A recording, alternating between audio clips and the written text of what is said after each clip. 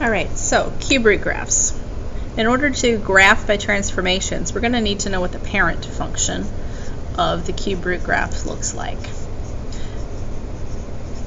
So let's start by putting in x's that work and finding out the y's that go with them so that we can find out what this graph is going to look like. Yesterday when we did square root graphs, we were able to put 0 in. We think about multiplying 3 zeros together, 0 times 0 times 0, we get 0. So sure enough, 0 does have a cube root. The cube root of 0 is one of those zeros, so 0. So 0, 0 will be a point on our parent function. The next number that would have a cube root would be, well, let's plan ahead. 1 times 1 times 1 is 1. So 1 will have a cube root. It's one of those ones, so 1, 1 will also be a point on our graph. So the next number that has a cube root would be the answer to 2 times 2 times 2. 2 times 2 times 2 is 8. So we have to jump forward all the way to x equals 8 to get the next whole number cube root. So 8 comma 2 will be an answer on our graph. Now here's where cube roots and square roots differ greatly. With square roots, we did not put any negative numbers in because the square root of a negative number does not exist. It's not a real number.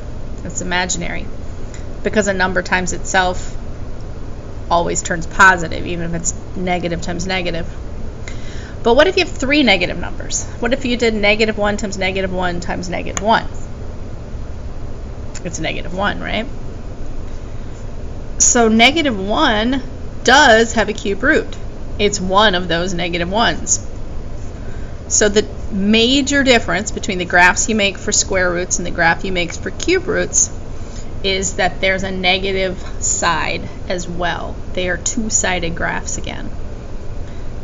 If we go for symmetry here, if we did negative 2 times negative 2 times negative 2, we would find out that negative 8 has a cube root, and it would be negative 2. And so our final point that we would graph on this graph of this size would be negative 8, negative 2. So what you find out is that you not only need to draw one arrow, but you also need to draw another arrow in the total opposite direction. The point we find from our equation is not the end point anymore, it's in the center, and its name is the inflection point. It's the place where the graph changes inflection, which means changes its way of scooping. Here, if you think of this as kind of like a flat cereal bowl, it's kind of up, but over here it's been flipped over and it's more facing down. That's a place where the concavity changes, and that's the inflection point in the center. You will not hear me talk about concavity again, but just inflection point. Okay, we're going to graph these the same way that we graphed the square roots by transformations. So this is our focus point. The only way we're going to know we're working with a cube root instead of a square root is this little 3 right here. When you see this little 3 here, remember you have to draw the arrow you're going to draw and the opposite arrow also.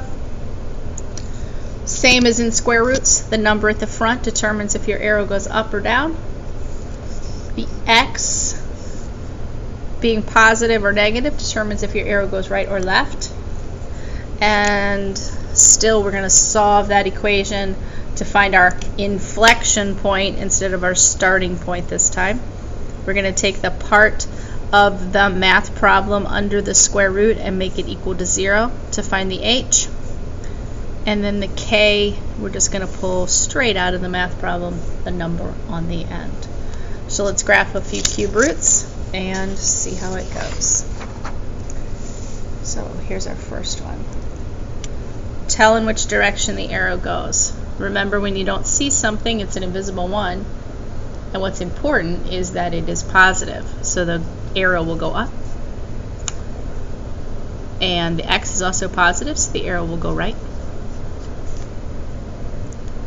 The starting point is actually the inflection point this time. I should have changed that right there. X plus 2, the part in the square root, equal to 0. Solve that by subtracting 2, so x equals negative 2. And then bringing down the negative 3 to complete the point.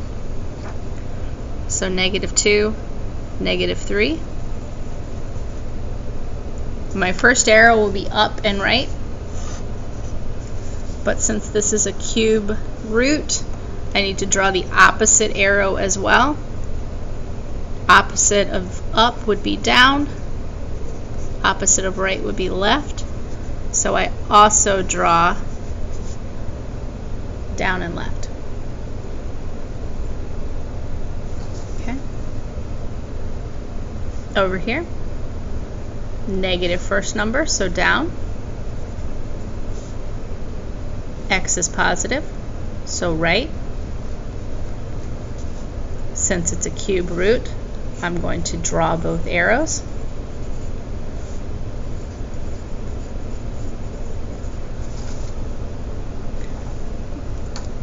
Now I have to find from where. So I take the part of my math problem underneath the cube root, the x minus 5, make it equal to 0. Add 5 to solve. X equals 5. And we pull down the 8. So over 5, up 8.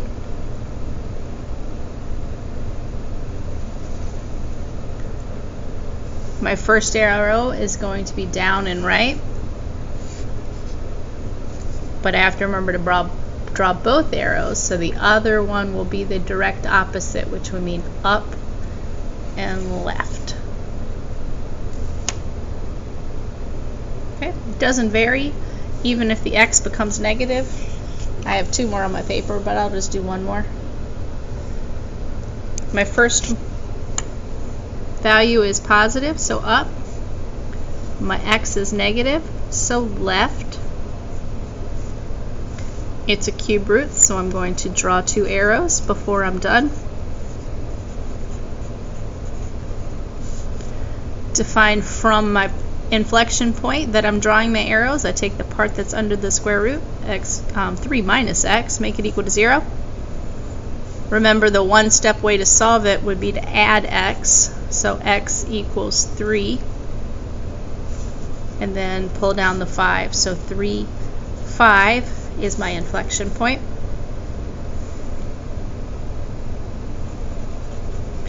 The first arrow will be up and left, but I also draw the opposite arrow, which means down and right. All right, ask follow-up questions if you need it in class.